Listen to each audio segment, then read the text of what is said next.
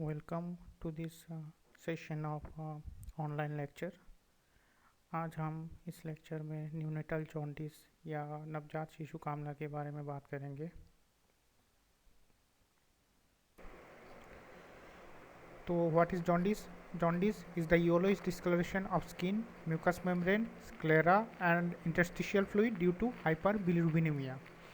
ठीक है, जब बिलिरुबिन लेवल बॉडी में ज़्यादा हो जाएगा, इसके वजह से जब हमारी स्किन, म्यूकस मेम्ब्रेन, स्क्लेरा या इंटरस्टिशियल फ्लूइड में जब येलोइश डिस्कलरेशन मिलेगा तब हम उसको जॉन्डिस कहेंगे। और हाइपर बिलिरुबिनेमिया मतलब क्या है? जब बिलिरुबिन का जो लेवल है वो अगर नॉर्मल से ज़्यादा होगा तभी हम उसको हाइपर बिलिरुबिनेमिया कहेंगे। अब एडल्ट में जो है नॉर्मल लेवल है 0.2 टू 1.2 मिलीग्राम पर डीएल, और न्यू बॉर्न्स में ये है 5 मिलीग्राम पर डीएल तक नॉर्मल लेवल है। इससे ऊपर जाएगा तो हम उसको हाइपर बिलिरुबिनेमिया कह सकते हैं। अब और एक टर्म आता है इक्टरस, जो कि हमें जब न्यूनेटल जॉन्डिस पढ़ते हैं तो उसमें बहुत सुनने को मिलता है। अब इक्टरस किसको कहते हैं? अगर येलोइश डिस्कलरेशन जब हमें स्क्लेरा में दिखने को मिलेगा हाइपर बिलिरुबिनेमिया की वजह से, तब हम उसको क्या कहेंगे? इक्टरस कहेंगे। ठीक है। अब जब अब जॉन्डिस हमें कब दिखेगा? जब हाइपर बिलिरुबिनेमिया जब एक मैक्सिमम लेवल के ऊपर जब बढ़ जाएगा तभी हमें येलोइश डिस्कलरेशन देखने को मिलेगा। तो ये लेवल कितना कितना है, एडल्ट में कितना है, न्यूबॉर्न में कितना है, ठीक है, ये हम देखेंगे। एडल्ट में हम मोस्टली देखते हैं कहाँ पे? जॉन्डिस स्क्लेरा में देखते हैं, अपर बल्बर कंजंक्टिवा में। यहाँ पे देखते हैं हम येलोइश डिस्कलरेशन होता है, तब हम बोल सकते हैं कि इसको जॉन्डिस है। और ये जॉन्डिस कब दिखेगा? अगर उसका जो सीरम बिलिरुबिन लेवल है वो अगर 2 मिलीग्राम पर डीएल से ज़्यादा होगा तभी हमें एडल्ट स्क्लेरा में जॉन्डिस देखने को मिलेगा। और न्यूबॉर्न में हम मोस्टली देखते हैं स्किन में। न्यूबॉर्न में हम आंखों में इसलिए नहीं देखते क्योंकि जो न्यूबॉर्न है वो फोटोफोबिक होते हैं, उनके आंखों में लाइट गिरता है तो उनको इरिटेशन होता है, तो ये आंखें खोलते ही नहीं है, तो आंखों में देखना उसमें थोड़ा मुश्किल होता है, इसलिए हम उनके स्किन में ही देखते हैं। उनको अगर हाइपर बिलिरुबिनियमिया अगर बहुत ज़्यादा हो जाता है तब उनकी स्किन जो है वो येलोइश डिस्कलरेशन हो जाता है, तो हम स्किन से ही पता लगा सकते हैं कि उसमें जॉन्डिस है कि नहीं है। ठीक है। अब इंसिडेंट्स ऑफ न्यूनेटल जॉन्डिस, जो 60% ऑफ जो टर्म बेबीज़ है, फुल टर्म बेबीज़ है, उनमें नॉर्मली जॉन्डिस देखने को मिलता है, और अगर प्री टर्म बेबी हो तो उनमें से भी 80% प्री टर्म बेबीज़ में हमें न्यूनेटल जॉन्डिस देखने को मिलता है। ठीक है। तो अब हमने जैसे देख लिया कि जो जॉन्डिस है मेनली बिलिरुबिन की वजह से होता है, बिलिरुबिन लेवल जब बढ़ जाता है तभी हमें जॉन्डिस देखने को मिलता है। तो सबसे पहले हम ये देख लेते हैं कि बिलिरुबिन बनता कैसे है, किससे बनता है। बिलिरुबिन जो है वो बनता है हीम जो है उसके डिग्रेडेशन से बनता है। अब हीम कहाँ से आता है? जो हमारे आरबीसीज होते हैं, हाँ, उनमें क्या होता है? हीमोग्लोबिन होता है। जब ये हीमोग्लोबिन जब ब्रेक डाउन होता है तो उसमें से हमें हीम और ग्लोबिन, ये दो चीज़ें मिलती है। उसी हीम का डिग्रेडेशन जब होता है तभी हमें बिलिरुबिन मिलता है, बिलिरुबिन बनता है। तो अब हीम से कैसे बनता है बिलिरुबिन? ये जो हीम है इसको एक एंजाइम है हीम ऑक्सीजिनेस, ये उसको कन्वर्ट करता है बिलीवर्डिन में। तो सबसे पहले हीम से क्या बनता है? बिलीवर्डिन बनता है। उसके बाद और एक एंजाइम है बिलीवर्डिन रिडक्टेज, जो कि बिलीवर्डिन को बिलीरुबिन में कन्वर्ट करता है। ठीक है। तो ये जो हमारा बिलीरुबिन बना है हीम से, ये अनकंजुगेटेड बिलीरुबिन है। ठीक है। और ये बॉडी के लिए बहुत ही टॉक्सिक होता है, ये अगर हमारे नर्वस सिस्टम में जाता है तो हमारे नर्वस सिस्टम को भी डैमेज करता है। ठीक है। तो अब बॉडी क्या करता है? उस अनकंजुगेटेड बिलीरुबिन को कंजुगेटेड बिलीरुबिन में कन्वर्ट करता है, जो कि बॉडी के लिए टॉक्सिक नहीं होता, और ये हमारे एक्सक्रीटरी सिस्टम से बॉडी से एलिमिनेट हो जाता है, बाहर निकल जाता है। तो अब हम ये देखेंगे कि ये जो अनकंजुगेटेड बिलीरुबिन है जो हीम से बना है वो बॉडी से कैसे एलिमिनेट होता है। ठीक है। सबसे पहले तो हीम से बिलिरुबिन बना जो कि अनकंजुगेटेड बिलिरुबिन है, उसके बाद ये हमारे जो सर्कुलेटरी सिस्टम है, ब्लड वेसल्स है, उनमें आ जाएगा। वहाँ पे वो क्या होगा? एल्बुमिन के साथ बाइंड होता है, एल्बुमिन के साथ बाइंड होकर हमारे सर्कुलेशन में घूमता रहता है। तो ये अनकंजुगेटेड बिलिरुबिन जब लिवर सेल तक पहुँचता है तो लिवर सेल में एक प्रोटीन होता है, ट्रांसपोर्ट प्रोटीन। ठीक है। वो क्या करता है? उस अनकंजुगेटेड बिलिरुबिन को लिवर सेल के अंदर ले आता है, और लिवर सेल के अंदर ये जो अनकंजुगेटेड बिलिरुबिन है वो कंजुगेटेड बिलिरुबिन में कन्वर्ट होता है, जो कि बॉडी के लिए हार्मफुल नहीं होता। ठीक है। तो ये अनकंजुगेटेड बिलिरुबिन लीवर सेल में कैसे कन्वर्ट होते हैं अनकंजुगेटेड बिलिरुबिन में, वो अब हम देखेंगे। ठीक है। अनकंजुगेटेड बिलिरुबिन जो है उस पर एक एंजाइम काम करता है UDP-GT या फिर यूरिडीन डाइफॉस्फो ग्लूकोरिनिक ट्रांसफरेज। ठीक है, ये क्या करता है, जो अनकंजुगेटेड बिलिरुबिन है उसको ग्लूकोरिनिक एसिड के साथ कंबाइन करके कंजुगेटेड बिलिरुबिन बनाने में मदद करता है। ठीक है, और ये जो कंजुगेटेड बिलिरुबिन है उसके बाद ये हमारे बाइल के साथ मिलके हमारे इंटेस्टिन तक पहुंचता है। हाँ, इंटेस्टिन में पहुंचने के बाद वहाँ पे हमारे इंटेस्टिन में कुछ बैक्टीरिया और एंजाइम्स होते हैं जो क्या करते हैं, इस कंजुगेटेड बिलिरुबिन को यूरोबिलिनोजन में कन्वर्ट करता है। और इस यूरोबिलिनोजन का बहुत ही मैक्सिमम जो हिस्सा है वो क्या होता है, बाद में स्टर्कोबिलिनोजन में कन्वर्ट होता है। स्टर्कोबिलिनोजन में कन्वर्ट होने के बाद ये स्टर्कोबिलिनोजन स्टूल के साथ मिक्स होके हमारे बॉडी से एलिमिनेट हो जाता है। ठीक है, यही स्टर्कोबिलिनोजन की वजह से जो हमारे जो स्टूल है उसका जो नॉर्मल येलोइश ब्राउन कलर होता है, इसी स्टर्कोबिलिनोजन की वजह से आता है स्टूल में। ठीक है, और उसका और जो ये यूरोबिलिनोजन है इसका एक छोटा सा पोर्शन क्या होता है, पोर्टल वेन के थ्रू स्मॉल इंटेस्टिन से रीअब्जॉर्ब होके फिर से लिवर में जाता है। ठीक है, तो ये जो थोड़ा सा जो हिस्सा है पोर्टल वेन के तो लिवर में जाता है, तो इसको हम क्या कहते हैं, एंटेरो हेपेटिक सर्कुलेशन कहते हैं। ठीक है, तो ये थोड़ा सा हिस्सा यूरोबिलिनोजन जो है लिवर में पहुंच गया, लिवर में पहुंच के ये फिर से हमारे बाइल सिस्टम से फिर से स्मॉल इंटेस्टिन में आता है। ठीक है, और उसी यूरोबिलिनोजन का थोड़ा सा हिस्सा क्या होता है, लिवर सेल से हमारा जो ब्लड वेसल्स है, जो हमारा सर्कुलेटरी सिस्टम है उसमें जाता है। फिर ये यूरोबिलिनोजन सर्कुलेटरी सिस्टम से होके किडनी तक पहुंचता है, किडनी से वो एक्सक्रीट हो जाता है यूरिन के थ्रू। ठीक है, ऐसे भी जो बिलिरुबिन है हमारे बॉडी से एक्सक्रीट होता है। तो दो तरीके से एक्सक्रीट होता है, एक तो स्टूल से और एक थोड़ा सा हिस्सा यूरिन के थ्रू भी एक्सक्रीट हो जाता है। ठीक है, अब हम थोड़ा सा देख लेते हैं कि ये अनकंजुगेटेड बिलिरुबिन और कंजुगेटेड बिलिरुबिन में क्या डिफरेंस है। ये जो अनकंजुगेटेड बिलिरुबिन है ये लिपिड सोल्यूबल है।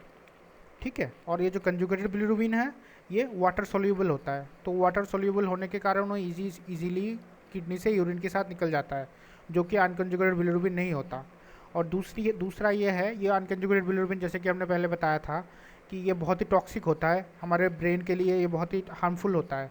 लेकिन जो कंजुगेटेड बिलिरुबिन जो होता है, वो जो वाटर सोल्यूबल कंजुगेटेड बिलिरुबिन होता है, ये बॉडी के लिए टॉक्सिक नहीं होता। ठीक है,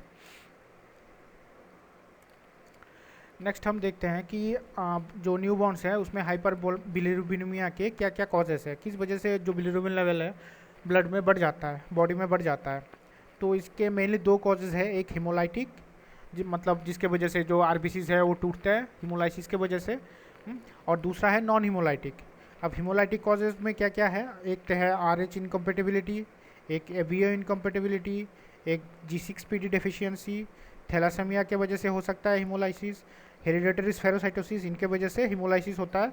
और हिमोलाइसिस होगा तो आरबीसी ब्रेकडाउन होगा, तो ऑब्वियसली जो बिलिरुबिन लेवल है बॉडी में वो ज़्यादा होगा। और नॉन हिमोलाइटिक कॉजेज में क्या है, प्रीमेच्योरिटी, एक्स्ट्रावासेटेड ब्लड, मतलब अगर कहीं पे मान लीजिए ब्लड वेसल से अलावा, ब्लड वेसल के अलावा कहीं पे और जगह पे ब्लड जमा हो जाता है, जैसे में हिमाटोमा में होता है, तो इनमें क्या होता है, जो जमा हो गया उसके बाद क्या होगा, ये ब्लड जो आरबीसीज है वहाँ के वो टूटेंगे, टूटने के बाद जो है बिलिरुबिन बनेंगे। और प्रीमेच्योरिटी में क्या होता है, जो प्रीमेच्योर बेबी होते हैं उनका जो लीवर होता है, हाँ, वो ठीक से डेवलप नहीं होता। तो लीवर डेवलप नहीं होगा तो जो अनकंजुगेटेड बिलिरुबिन है उनका अपटेक नहीं होगा लीवर सेल में, और उनका कंजुगेशन भी नहीं होगा। तो इसके वजह से क्या होगा, बच्चों में हाइपर बिलिरुबिनेमिया देखने को मिल सकता है। इनएडिक्वेट फीडिंग, ठीक है, तीसरा कारण नॉन हिमोलाइटिक कॉजेज में इनएडिक्वेट फीडिंग के वजह से क्या होता है, जो हमारे जैसे हमने देखा था कि जो हमारा स्मॉल इंटेस्टिन होता है उसमें जब कंजुगेटेड बिलिरुबिन जाता है तो वहाँ पे कुछ बैक्टीरियाज होते हैं जो कि कंजुगेटेड बिलिरुबिन को यूरोबिलिनोजन में कन्वर्ट करता है। और जो न्यू बॉर्न बेबी होता है अगर उनमें फीडिंग ठीक से नहीं होता तो उनके स्मॉल इंटेस्टिन में जो है ये जो बैक्टीरिया होते हैं वो ठीक से ग्रो नहीं कर पाता। तो ये बैक्टीरिया ग्रो नहीं कर पाएगा तो जो कंजुगेटेड बिलिरुबिन वहाँ पे जाएगा वो उससे यूरोबिलिनोजन नहीं बनेगा, और यूरोबिलिनोजन नहीं बनेगा तो फिर से क्या होगा, ये फिर से रीअब्जॉर्ब होकर फिर से लिवर में जाएगा। तो इस वजह तो ये साइकिल चलता रहता है, तो इसके वजह से भी बच्चों में हाइपर बिलिरुबिनेमिया होता है। और चौथा कॉज क्या है, पॉलीसाइथेमिया, जो न्यूबॉर्न्स होते हैं उनमें फिजियोलॉजिकली पॉलीसाइथेमिया देखने को मिलता है। मतलब उनका जो हीमोग्लोबिन कंसंट्रेशन है ब्लड का वो बहुत ज़्यादा होता है। तो हीमोग्लोबिन कंसंट्रेशन ज़्यादा होगा और उनके जो आरबीसीज होते हैं उनके लाइफ स्पेन भी कम होता है, 90 डेज़ का होता है एज़ कम्पेयर टू एडल्ट का जो जिसमें 120 डेज़ का होता है। तो लाइफ स्पेन भी कम हो गया तो जल्दी जल्दी आरबीसीज टूटेंगे और उनके हीमोग्लोबिन भी ज़्यादा है और हीमोग्लोबिन ज़्यादा होगा तो हीम भी ज़्यादा होगा और ज़्यादा हीम होगा तो ज़्यादा बिलिरुबिन बनेंगे तो हाइपर बिलिरुबिनीमिया भी होगा। चौथा कॉज है इडियोपैथिक। इडियोपैथिक मतलब उसके पीछे कोई एग्जैक्ट कॉज पता नहीं चल रहा तो इसको हम इडियोपैथिक कहते हैं। और एक कॉज है ब्रेस्ट मिल्क जॉन्डिस। जो ह्यूमन ब्रेस्ट मिल्क होता है, जो मदर मिल्क होता है, उसमें एक एंजाइम होता है बीटा ग्लूकुरोनिडेज। वो क्या करता है, जो हमारे स्मॉल इंटेस्टाइन में जो यूरोबिलिनोजन बनता है वो बीटा ग्लूकुरोनिडेज एंजाइम उस यूरोबिलिनोजन को फिर से तोड़ देता है, तोड़ के अनकंजुगेटेड बिलिरुबिन बना देता है। तो अनकंजुगेटेड बिलिरुबिन बन जाएगा तो फिर क्या होगा, फिर ये हमारे पोर्टल सिस्टम मतलब हमारा जो एंटेरोहेपेटिक सिस्टम है उससे फिर से लिवर में जाएगा, कंजुगेट होगा, फिर से स्मॉल इंटेस्टाइन में आएगा। मतलब ये साइकिल भी चलता रहेगा उनमें। तो ये कुछ कुछ बच्चों में होता है तो इसकी वजह से भी हाइपर बिलिरुबिनीमिया देखने को मिलता है न्यूबॉर्न्स में। ठीक है, अब हम देख लेते हैं कि मैकेनिज्म ऑफ न्यूनेटल जॉन्डिस। बच्चों में न्यूबॉर्न्स में न्यूनेटल जॉन्डिस कैसे होता है। तो उसका सबसे पहला जो कॉज है वो है इंक्रीज बिलिरुबिन लोड। मतलब क्या है, जो अब जैसे हमने पहले बताया था कि न्यूबॉर्न्स में पॉलीसाइथेमिया देखने को मिलता है, उनका आरबीसीज का लाइफ स्पेन भी कम होता है तो इनके वजह से ज़्यादा बिलिरुबिन बनता है ब्लड में और ज़्यादा बिलिरुबिन होगा तो जॉन्डिस ऑब्वियसली देखने को मिलेगा। ठीक है, और जो दूसरा कॉज है वो क्या है, डिक्रीज बिलिरुबिन कंजुगेशन। ये भी हमने देखा था जो न्यूबॉर्न्स होते हैं, हाँ मोस्टली मेनली जो प्रीमेच्योर बेबीज़ होते हैं और जो न्यूबॉर्न जो टर्म होते हैं उनके भी जो लिवर सेल है वो ठीक से डेवलप नहीं होते, वो इमेच्योर होते हैं। अगर लिवर इमेच्योर होगा तो क्या होगा, जो अनकंजुगेटेड बिलिरुबिन होगा उसका अपटेक नहीं होगा लिवर में अच्छे से, और लिवर में अपटेक नहीं होगा तो वो उनका कंजुगेशन भी नहीं होगा, और कंजुगेशन नहीं होगा तो ये बॉडी से एलिमिनेट भी नहीं होगा तो उनमें हाइपर बिलिरुबिनीमिया हो जाएगा। ठीक है, और तीसरा कॉज क्या है, डिफेक्टिव बिलिरुबिन एक्सक्रीशन। ठीक है, तो डिफेक्टिव बिलिरुबिन एक्सक्रीशन की वजह से भी बच्चों में न्यूनेटल जॉन्डिस देखने को मिलता है। इसका भी हमने पहले देखा था, जैसे कि जैसे ब्रेस्ट मिल्क जॉन्डिस में हमने देखा था कि जो मिल्क मदर मिल्क होता है उसमें एक एंजाइम होता है जो कि यूरोबिलिनोजन को फिर से ब्रेक डाउन करके उसे अनकंजुगेटेड बिलिरुबिन बना देता है। तो इसके वजह से जो एक्सक्रीशन है वो कम होता है। और ये भी होता है कि जो पहले के जो कुछ दिन होते हैं न्यूबॉर्न्स में, उनमें तब जो मदर मिल्क है वो ठीक से बनता नहीं है। तो मदर मिल्क ठीक से नहीं बनेगा तो बच्चे को ठीक से एडिक्वेट मिल्क मिलता नहीं है, और एडिक्वेट मिल्क नहीं मिलेगा जो क्या बोलते हैं, जो गट जो बैक्टीरियाज होते हैं स्मॉल इंटेस्टाइन में वो भी ठीक से ग्रो नहीं कर पाते। तो इससे क्या होता है, जो यूरोबिलिनोजन है वो भी ठीक से नहीं बनता। ठीक है, तो इसकी वजह से भी हाइपर बिलिरुबिनीमिया होता है। और क्या हो सकता है, जो ठीक से अगर बच्चा अगर ठीक से दूध नहीं पिएगा, उसको ठीक से दूध नहीं मिल रहा है तो उसके अंदर जो मिकुनियम है वो पास नहीं कर पाता, और मिकुनियम में बहुत ज़्यादा मात्रा में बिलिरुबिन होता है। हाँ, तो ये बिलिरुबिन अगर इंटेस्टिन में रह जाता है तो क्या होता है, तो धीरे धीरे वो फिर से रीअब्जॉर्ब होता रहता है इंटेस्टिनल वॉल के थ्रू, और रीअब्जॉर्ब होकर हमारे ब्लड में चला आता है और हमें हाइपर बिलिरुबिनीमिया देखने को मिलता है। ठीक है, अब हम देख लेते हैं कि न्यूनेटल जॉन्डिस के टाइप्स देखते हैं। तो सबसे पहला है फिजियोलॉजिकल जॉन्डिस। तो इस टाइप का जो जॉन्डिस है वो जो न्यूबॉर्न्स में होता है वो 24 से लेकर 72 घंटे के बीच में होता है आफ्टर बर्थ। मतलब ये पहले दिन नहीं होता, पहले दिन के बाद शुरू होता है। 24 से लेकर 72 घंटे तक बीच में हमें उस बच्चे में जॉन्डिस देखने को मिलेगा।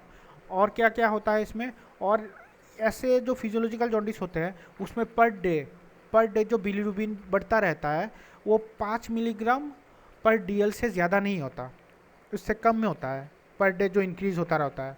और इस पूरे फिजियोलॉजिकल जॉन्डिस में टोटल जो सीरम बिलिरुबिन है वो 15 मिलीग्राम पर डीएल से ज़्यादा होता ही नहीं है।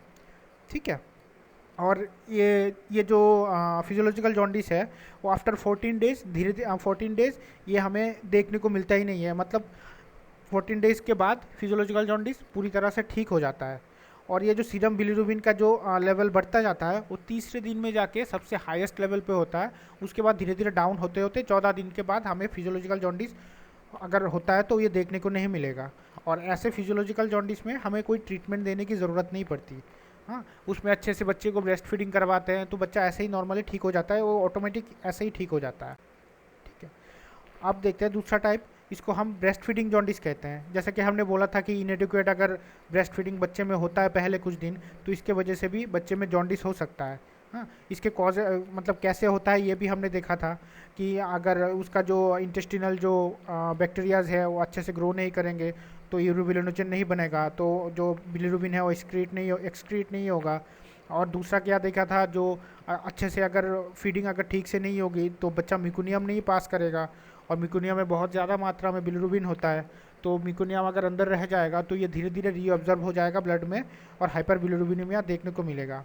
तो ऐसे बच्चों में क्या करना पड़ता है, उस ऐसे बच्चों में ज़्यादा से ज़्यादा फीडिंग करवानी होती है, तो ये ठीक हो जाता है ब्रेस्ट फीडिंग जॉन्डिस। ठीक है, तो इसमें हम देख सकते हैं कि जो फिजियोलॉजिकल जॉन्डिस है उसका कोर्स देख रहे हैं। जैसे इसको देखने को मिल रहा है कि ये एक दिन के बाद से शुरू होता है, और टर्म और प्री टर्म में ये अलग से दिए हुए हैं दो ग्राफ। ठीक है, हाँ, जैसे जैसे भी हो ये फिजियोलॉजिकल जॉन्डिस एक दिन के बाद शुरू होता है।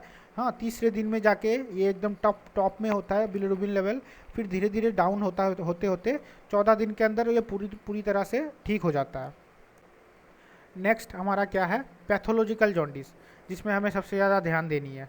ठीक है, पैथोलॉजिकल जॉन्डिस जो है, जैसे हमने फिजियोलॉजिकल जॉन्डिस में देखा था आफ्टर 24 आवर्स, डिलीवरी के आफ्टर 24 आवर्स ये अपीयर होता है। लेकिन ये जो पैथोलॉजिकल जॉन्डिस है ये पहले दिन ही अपीयर हो जाता है, मतलब पहले 24 घंटे में ही हमें उस बच्चे के बॉडी में जॉन्डिस देखने को मिलेगा। और इस तरह के जॉन्डिस में हर रोज़ जो जॉन्डिस बिलिरुबिन लेवल बढ़ता है वो 5 मिलीग्राम पर DL से ज़्यादा बढ़ता है हर रोज़। जैसे पहले दिन 5 मिलीग्राम पर DL से पहले दिन ये जो होगा 5 मिलीग्राम पर DL से ज़्यादा होगा, नेक्स्ट डे ये 10 मिलीग्राम पर DL से ज़्यादा होगा, और उसके बाद ये 15 मिलीग्राम पर DL से ज़्यादा हो जाएगा। ठीक है, और ऐसे पैथोलॉजिकल जॉन्डिस में जो सीरम बिलिरुबिन का जो लेवल है वो हमेशा ही 15 मिलीग्राम पर DL से ज़्यादा देखने को मिलेगा। और ऐसा वाला जॉन्डिस, पैथोलॉजिकल जॉन्डिस 14 दिन के बाद भी परसिस्ट करेगा, वो ठीक नहीं होगा। ठीक है, और पैथोलॉजिकल जॉन्डिस में जो डायरेक्ट बिलिरुबिन है, डायरेक्ट बिलिरुबिन मतलब जो हमारा कंजुगेटेड बिलिरुबिन है उसी को डायरेक्ट बिलिरुबिन भी कहते हैं। ठीक है, तो पैथोलॉजिकल जॉन्डिस वाले बच्चे में जो डायरेक्ट बिलिरुबिन होगा सीरम वो 2 मिलीग्राम पर DL से ज़्यादा देख मिलेगा। ठीक है, अब पैथोलॉजिकल जॉन्डिस के कुछ कॉजेज़ देख लेते हैं। जैसे हमने पहले देखा था कि RH incompatibility, ABO blood group incompatibility, spherocytosis, thalassaemia, फिर सेप्सिस, हेमाटोमास, पॉलीसाइथेमियाज, ब्रेस्ट मिल्क जॉन्डिस, क्रिगलर नज़र सिंड्रोम, गिलबर्ट सिंड्रोम, इन सब के वजह से पैथोलॉजिकल जॉन्डिस देखने को बच्चों में मिलता है।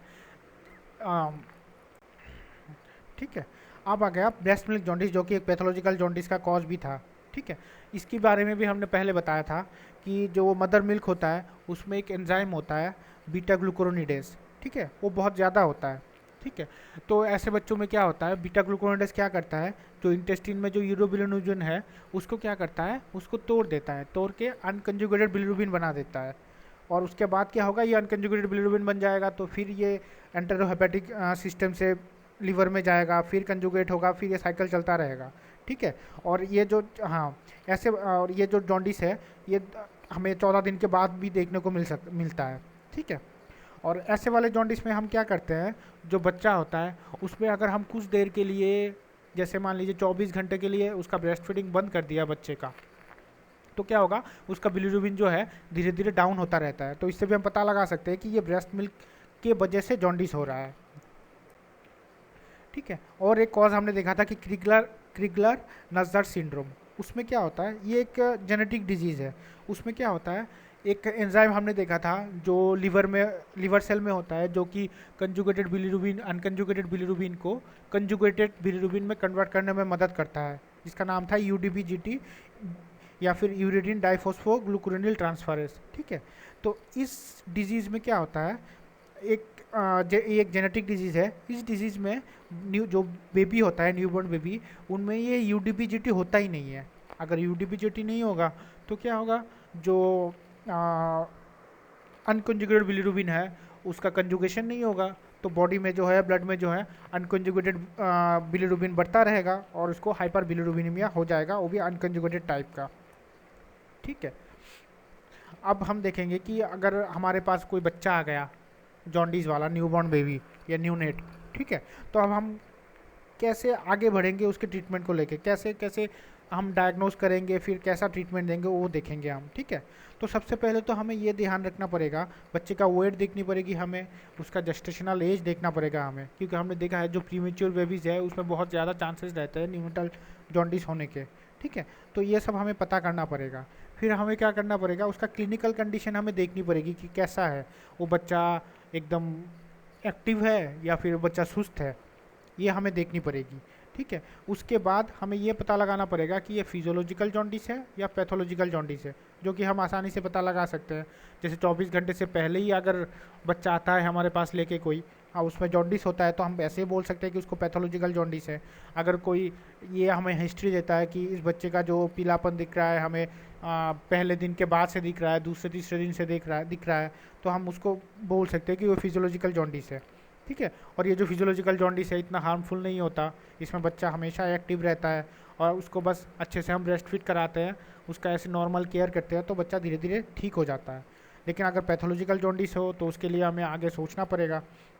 पैथोलॉजिकल जॉन्डिस में अगर हाइपर बिलिरुबिनिया मतलब बिलिरुबिन लेवल ब्लड में बढ़ता जाता है तो उसमें ब्रेन डैमेज के भी खतरा रहता है। ठीक है, तो इस जो अगर जो क्या बोलते हैं, पैथोलॉजिकल जॉन्डिस में अगर बिलिरुबिन लेवल धीरे धीरे बढ़ता रहता है तो ये जो बिलिरुबिन है ये धीरे फिर क्या होता है, हमारे सेंट्रल नर्वस सिस्टम में जाता है, वहाँ पे जाके ब्रेन को डैमेज करता है। तो इस चीज़ को क्या कहते हैं, इस चीज़ को कहते हैं कर्निकटेरस। ठीक है, तो हम इसके बारे में भी आगे देखेंगे कि है। ठीक है, तो इस पिक्चर में हम देख रहे हैं कि जो बिलिरुबिन का डिस्ट्रीब्यूशन है, हाँ, वो कैसे कैसे होता है। ये एरो जो है नीचे की तरफ है, तो इससे हमें क्या बोल सकते हैं, जो सबसे पहले जो न्यू बॉर्न्स में हमें जॉन्डिस देखने को मिलता है वो फेस में देखने को मिलता है। उसके बाद धीरे धीरे वो नीचे की तरफ जाता है, जैसे ट्रंक में जाएगा, अपर ट्रंक में, फिर लोअर ट्रंक में, फिर धीरे धीरे वो लेग्स तक जाएगा, एकदम नीचे तक।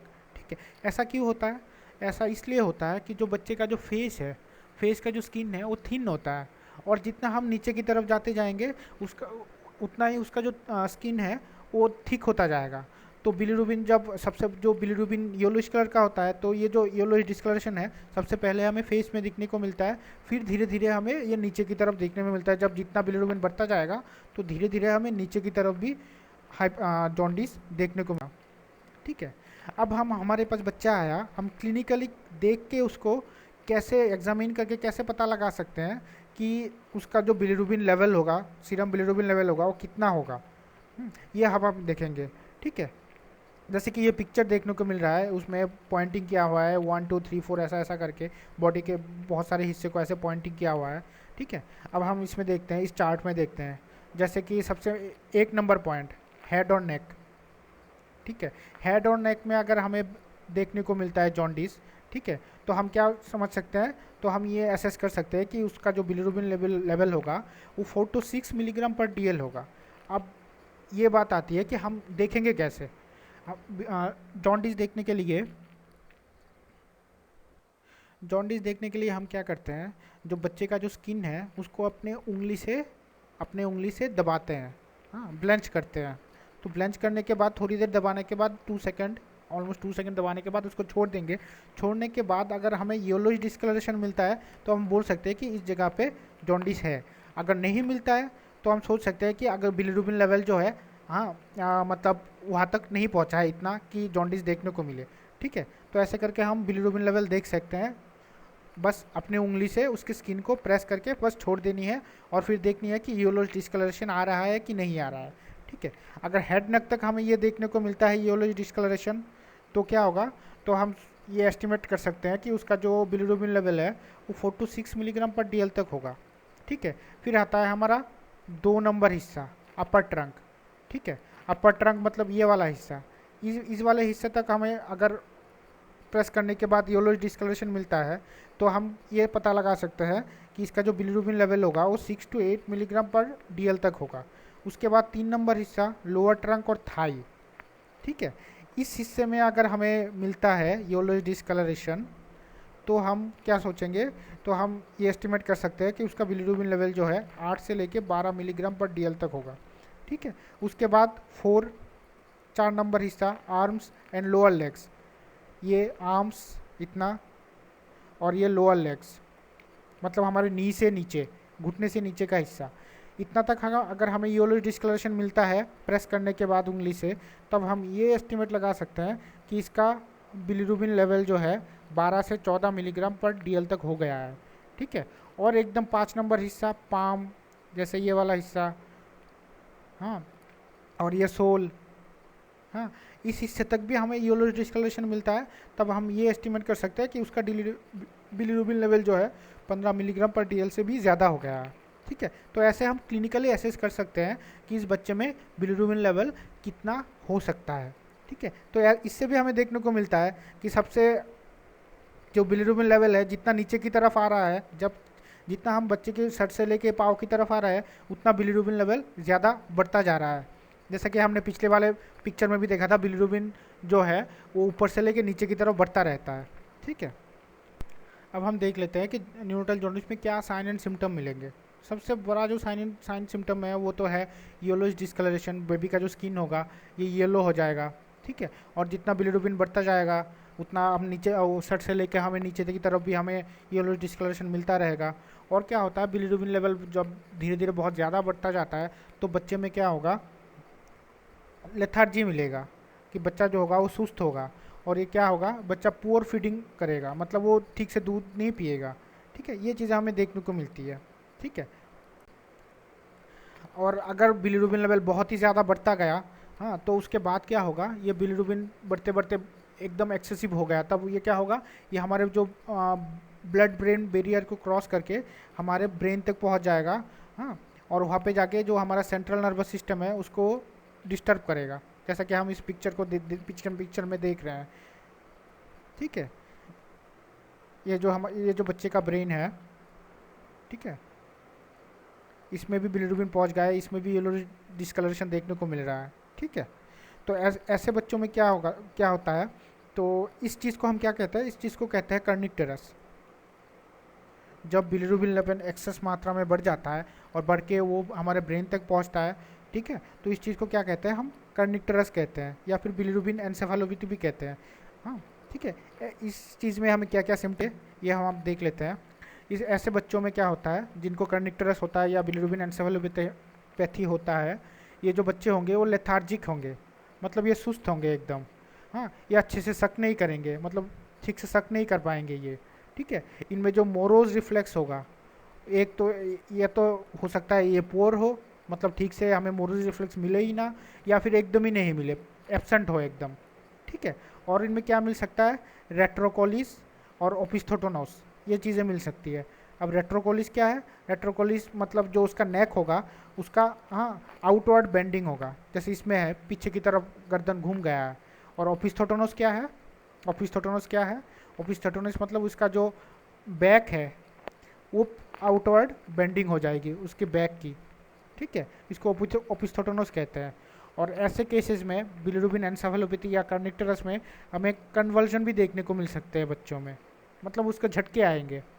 ठीक है, अब जॉन्डिस का डायग्नोसिस करने के लिए हम क्या क्या लेबोरेटरी टेस्ट करवा सकते हैं यह हम देखेंगे। देखो, एक तो जैसे फिजियोलॉजिकल जॉन्डिस होगा, अगर हमें पता चलता है कि ये फिजियोलॉजिकल जॉन्डिस है और बच्चा एक्टिव है, ठीक है, तो हमें उसमें टेस्ट वगैरह करवाने की ज़रूरत नहीं है, हम उसको ऑब्जर्वेशन में रख के देख सकते हैं कि आगे क्या हो रहा है। ठीक है, और लेकिन अगर पैथोलॉजिकल जॉन्डिस लग रहा है, हमें बच्चा सुस्त है, बच्चा सक नहीं कर रहा, दूध नहीं पी रहा, तो हमें उसमें बहुत सारे टेस्ट करवा सकते हैं। क्या क्या टेस्ट करवा सकते हैं ये हम देखते हैं। सबसे पहले तो है उसका बिलीरुबिन देखना पड़ेगा, बिलीरुबिन लेवल बॉडी में कितना है, सीरम बिलीरुबिन कितना है, टोटल और डायरेक्ट बिलीरुबिन कितना है, ये हम देख सकते हैं। हाँ, हम बच्चे का और माँ का ब्लड ग्रुप और RH फैक्टर ये टेस्ट करवा सकते हैं।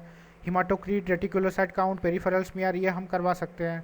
ग्लूकोज 6 फॉस्फेट डिफिशियंसी है कि नहीं इसका टेस्ट करवा सकते हैं। और एक स्पेशल टेस्ट है कुम्स टेस्ट, ये हम करवा सकते हैं। सेप्सिस स्क्रीनिंग करवा सकते हैं कि बच्चे में कोई इन्फेक्शन तो नहीं हो रहा, किसी इन्फेक्शन की वजह से तो नहीं हो रहा, उसका हिमोलाइसिस तो नहीं हो रहा इन्फेक्शन की वजह से, जिसकी वजह से हाइपर बिलिरुबिनेमिया हो रहा है, ये हम देख सकते हैं। उसका लीवर और थायराइड फंक्शन देख सकते हैं। उसका टॉर्च टाइटर टॉर्च मतलब कुछ इन्फेक्शन होते हैं न्यूबॉर्न पीरियड में, या फिर जब बच्चा माँ के पेट में होता है तभी हो जाता है, माँ को इन्फेक्शन होता है फिर बच्चे में होता है, ठीक है। तो इसके वजह से भी क्या होता है, एक्सेसिव मात्रा में हिमोलाइसिस हो सकता है बच्चों में, तो ये भी हम देख सकते हैं इसमें।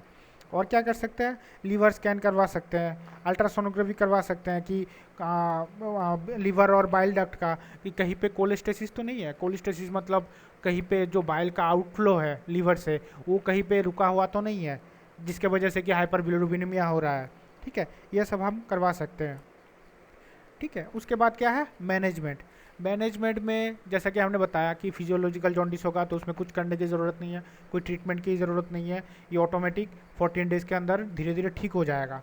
हाँ, अगर हमें लगता है कि पैथोलॉजिकल जॉन्डिस हो या फिर पहले तो फिजियोलॉजिकल जॉन्डिस की तरह शुरू हुआ था पर वो ठीक नहीं हुआ 14 दिन के बाद भी, जैसा कि मान लीजिए कि जो ब्रेस्ट फीडिंग जॉन्डिस होता है, हाँ, तो ऐसे मामले में हमें ट्रीटमेंट भी देनी पड़ेगी उसमें बच्चे में, ठीक है। तो जो न्यूनेटल जॉन्डिस का जो मेन मैनेजमेंट है उसमें 3 चीज़ें आती है। एक तो है फोटोथेरापी, एक है एक्सचेंज ट्रांसफ्यूशन, और कुछ ड्रग्स हम इसमें यूज़ कर सकते हैं, ठीक है। तो सबसे पहले हम देखेंगे फोटोथेरापी। फोटोथेरापी में हम क्या करते हैं, बच्चे को कुछ लाइट्स के नीचे रख देते हैं। वो कुछ स्पेशल तरीके के लाइट्स होते हैं जो क्या करते हैं, इन लाइट का जो रे होता है वो जो बच्चे के बॉडी में जो अनकंजुगेटेड बिलिरुबिन होता है उसको वाटर सोल्यूबल फोटो आइसोमर्स में कन्वर्ट करता है। ये ध्यान रखिएगा कि इसको अनकंजुगेटेड बिलिरुबिन को कंजुगेटेड बिलिरुबिन नहीं बनाता, बस इसको वाटर सोल्यूबल एक बिलिरुबिन का एक फॉर्म में कन्वर्ट करता है ताकि वो यूरिन के थ्रू अच्छे से बॉडी से निकल जाए, ठीक है। और ऐसे चीज़ जो लाइट्स होते हैं उनमें मेनली 6 लाइटें यूज़ करते हैं। उनमें से 4 ब्लू लाइट होते हैं और 2 जो हमारा जो ट्यूब लाइट है, फ्लूरोसेंट लाइट है, वो यूज़ करते हैं मेनली। तो उसमें मेनली जो फोटोथेरापी यूनिट है, फोटोथेरापी जो मशीन है, हाँ, जो नॉर्मल मशीन होता है, हाँ, उसमें 6 लाइटें यूज़ होती है, 4 ब्लू लाइट और 2 वाइट कलर की लाइट या फ्लूरोसेंट लाइट लैंप या फिर ट्यूब लाइट जो भी बोल सकते हैं, ठीक है। और जो लाइट का जो वेव लेंथ होना चाहिए वो 420 से लेके 470 nm तक होना चाहिए।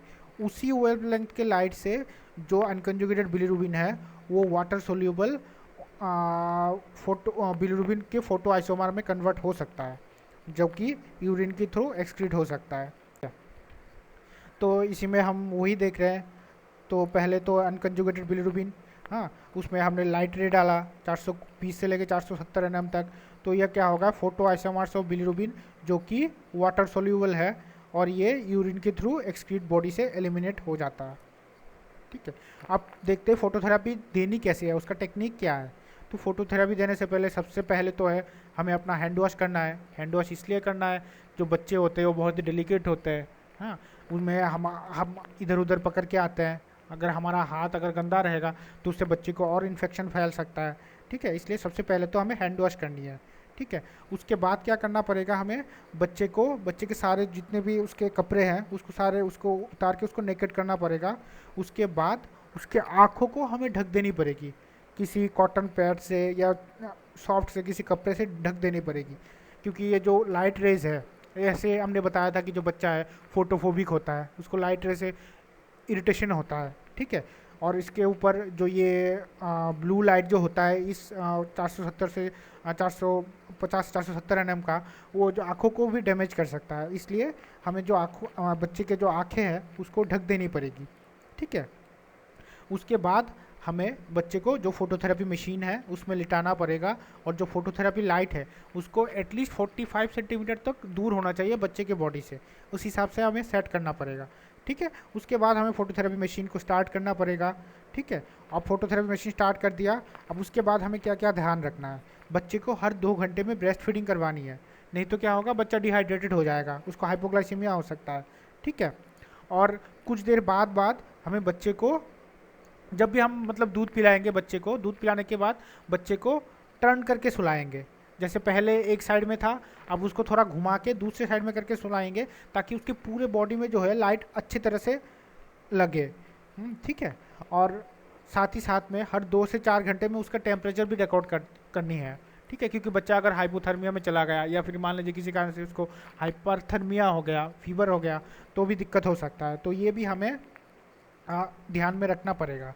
और साथ ही साथ में उसका डेली वेट जो है, डेली जो उसका वज़न है, हाँ, वो भी हमें रिकॉर्ड करना पड़ेगा। उसका यूरिन फ्रीक्वेंसी हमें देखनी पड़ेगी कि बच्चा कितना यूरिन पास कर रहा है, उसको डिहाइड्रेशन तो नहीं हो रहा। ठीक है। और डेली उसका बिलीरुबिन जो है हमें मॉनिटर करना पड़ेगा। ठीक है। अब हम फोटोथेरेपी तो देने लग गए उसको, अब फोटोथेरेपी बंद कब करेंगे? फोटोथेरेपी अगर उसका बिलीरुबिन लेवल 13 से 14 मिलीग्राम पर डीएल से कम हो जाता है, ठीक है, तब हम उसका फोटोथेरेपी बंद कर देंगे। ठीक है। उसके बाद हम यह भी देख लेंगे कि अगर बिलीरुबिन लेवल कितना होना चाहिए फोटोथेरेपी देने के लिए, ये भी हम बाद में देखेंगे। ठीक है। तो अभी हम ये जान लेते हैं कि अगर बच्चे का बिलीरुबिन लेवल 13 से 14 मिलीग्राम पर डीएल से कम हो जाता है, तब हम उसमें फोटोथेरेपी बंद करेंगे। ठीक है। नेक्स्ट हमारा क्या था? Exchange transfusion. उसमें क्या करते हैं, अगर बिलीरुबिन मान लीजिए कि बहुत ही ज़्यादा हो गया, जिसमें कार्निक्टेरस होने का खतरा है, उसका ब्रेन डैमेज होने का खतरा है। ठीक है। तो ऐसे बच्चे में क्या करते हैं हम, उसके पूरा जो ब्लड है उसको निकाल के उसमें नया ब्लड डाल देते हैं। ठीक है। उसका पूरा ब्लड जो है बॉडी का, जिसमें मतलब बिलीरुबिन से पूरा भरा हुआ है, उसके पूरे ब्लड को हम चेंज कर देते हैं दूसरे ब्लड से। ठीक है। ताकि वो कर्निक्टेरस का खतरा ना रहे। ठीक है। अब ये भी हम बिलीरुबिन लेवल कितना जाएगा तब हमें एक्सचेंज ट्रांसफ्यूजन करना है, ये भी हम देखेंगे आगे आगे साइड में। ठीक है। हाँ, जो जैसा जैसा कि मैं बता रहा था कि फोटोथेरापी या एक्सचेंज ट्रांसफ्यूजन, किस बच्चे को हमें फोटोथेरापी देना है और किस बच्चे में हमें जो ब्लड है उसको चेंज करना है, यह हम अब देख लेंगे। ठीक है। जो अगर कोई हेल्दी फुल टर्म बेबी होता है और जिसमें हमें जॉन्डिस देखने को मिल रहा है, हाँ, ऐसे बच्चे का अगर बिलीरुबिन लेवल 18 मिलीग्राम पर डीएल से ज़्यादा हो जाता है, ठीक है, तो उसमें हम क्या करेंगे, उसमें हम फोटोथेरापी देंगे। अगर ऐसे बच्चे का अगर बिलीरुबिन लेवल, हमारे पास ऐसा बच्चा आया जिसका हेल्दी फुल टर्म बेबी है, लेकिन उसका जो बिलीरुबिन लेवल है वो 25 मिलीग्राम पर डीएल से ज़्यादा हो गया, तो ऐसे बच्चे में हमें एक्सचेंज ब्लड ट्रांसफ्यूजन करना है। ठीक है। अब हम ये भी देख लेते हैं, ये तो हम हमारा चला गया पिछली साइड में, अगर फुल टर्म बेबी हुआ तो हम किस में देंगे फोटोथेरेपी और किस में देंगे एक्सचेंज ट्रांसफ्यूजन। तो फोटोथेरेपी में हमने देखा कि 18 मिलीग्राम पर डीएल से ज़्यादा हो गया bilirubin level normal healthy term baby में, तो हम उसको क्या बोलते हैं, फोटोथेरेपी देंगे। और अगर बिलीरुबिन लेवल 25 मिलीग्राम पर डीएल से ज़्यादा हो गया तब हम उसमें एक्सचेंज ट्रांसफ्यूजन करेंगे। ठीक है। और अगर प्री टर्म बेबी हुआ तब हम प्री टर्म बेबी में किस बिलीरुबिन लेवल पे हम उसको एक्सचेंज ट्रांसफ्यूजन करेंगे और किस बिलीरुबिन लेवल पे हम उसको फोटोथेरेपी देंगे, ये भी हम देखते हैं। ठीक है। इस स्लाइड में हम यही देखेंगे। ये जो टेबल है इसमें ये बताया गया है बच्चे के जो प्री टर्म बेबीज है उनको उनके वेट के अकॉर्डिंग उनको डिवाइड किया गया है बहुत 5-6 ग्रुप्स में, और इनमें दिया हुआ है कि इस वेट के अकॉर्डिंग बिलीरुबिन लेवल कितना होगा तो हमें एक्सचेंज ट्रांसफ्यूजन करना है। ठीक है। जैसे अगर कोई प्रीटर्म बेबी है, उसका वेट अगर 1000 ग्राम तक है, मतलब 1 किलोग्राम तक है, तब ऐसे नॉर्मल बेबीज़ में 1000 किलोग्राम है, साथ में बच्चा नॉर्मल होना चाहिए, मतलब नॉर्मल मतलब वो एक्टिव होगा बच्चा। ठीक है। ऐसे नॉर्मल बेबीज़ में हमें क्या करना है, अगर उसका बिलीरुबिन लेवल 10 से लेके 12 मिलीग्राम पर डीएल से हो जाता है टोटल सीरम बिलीरुबिन, तब हमें उसको एक्सचेंज ब्लड ट्रांसफ्यूजन करना है। और दूसरी तरफ हम ये देख रहे हैं कि हाई रिस्क अगर इन्फेंट होगा, 1000 ग्राम तक का बच्चा है और हाई रिस्क इन्फेंट है। हाई रिस्क हम क्या देखेंगे, अगर बच्चा जो बच्चा डिलीवर होने के टाइम पे उसको बर्थ एस्फिक्सिया था, उसको हाइपोथर्मिया है बच्चे को, उसको हाइपोग्लाइसीमिया है, एसिडोसिस है, ऐसे बच्चे को हम हाई रिस्क इन्फेंट कह सकते हैं। ठीक है। तो अगर 1000 ग्राम तक का बच्चा है, हाई रिस्क इन्फेंट है, ऐसे बच्चों में हम अगर बिलीरुबिन लेवल 8 से 10 मिलीग्राम पर डीएल हो गया तभी हम उसको ब्लड ट्रांसफ्यूजन कर देंगे। ठीक है। ठीक इसी तरह से 1001 से लेके 1250 ग्राम तक, जैसे नॉर्मल इन्फेंट में दिया हुआ है कि कितना तक होगा तो हम ब्लड एक्सचेंज ट्रांसफ्यूजन करेंगे, और कितना तक होगा तो हाई रिस्क, अगर हाई रिस्क इन्फेंट होगा तो कितना तक होगा, तो हम इसको एक्सचेंज ट्रांसफ्यूजन करेंगे, ये इस टेबल से हम देख सकते हैं। ठीक है, अब प्री टर्म इसी प्री टर्म बेबीज में, हाँ, हम फोटोथेरेपी किसको देंगे? ये जो जो भी बिलीरुबिन लेवल बताया गया है नॉर्मल इन्फेंट के लिए और हाई रिस्क इन्फेंट के लिए, हाँ, इस लेवल से हम 5 मिलीग्राम पर डीएल माइनस कर देंगे। अगर उतना तक अगर होता है उसका बिलीरुबिन लेवल, तब हम उसको फोटोथेरापी देंगे। जैसे मान लीजिए कि 1000 ग्राम तक का बच्चा नॉर्मल इन्फेंट, हाँ, जिसका बिलीरुबिन लेवल, हाँ, 5 मिलीग्राम पर डीएल तक हो गया है, ठीक है, तो हम उसको फोटोथेरापी दे सकते हैं, उसमें एक्सचेंज ट्रांसफ्यूजन की ज़रूरत नहीं है। ठीक है, अगर मान लीजिए कि कोई 2000 मतलब 2000 से लेकर 2500 ग्राम तक का कोई बच्चा, हाँ, नॉर्मल इन्फेंट, ठीक है, उसमें अगर 13 मिलीग्राम, ठीक है, या 15 मिलीग्राम पर डीएल बिलीरुबिन लेवल हो गया, तब भी हम उसको फोटोथेरापी देंगे। जैसा कि मैंने कहा था कि फोटोथेरापी का हिसाब हम कैसे लगा रहे हैं, इसमें से हमें 5 माइनस करनी पड़ेगी। ये सारे जो है 5 माइनस करके देखनी पड़ेगी, अगर उतना तक बिलीरुबिन लेवल होता है तब हम उसको फोटोथेरापी देंगे। ठीक है, तो ये हो गया हमारा न्यूनेटल जॉन्डिस। अब ये है, अब हमारा फोटोथेरापी हो गया और हमारा ब्लड ट्रांसफ्यूजन भी हो गया, एक्सचेंज ट्रांसफ्यूजन भी हो गया, किस किस को देंगे हमने ये भी देख लिया। अब हम ड्रग के बारे में जान लेते हैं कि न्यूनेटल जॉन्डिस में हम कौन से ड्रग यूज़ कर सकते हैं। उसमें मोस्टली एक ही ड्रग जो है कॉमनली यूज़ होता है, उसका नाम है फेनोबार्बिटोन।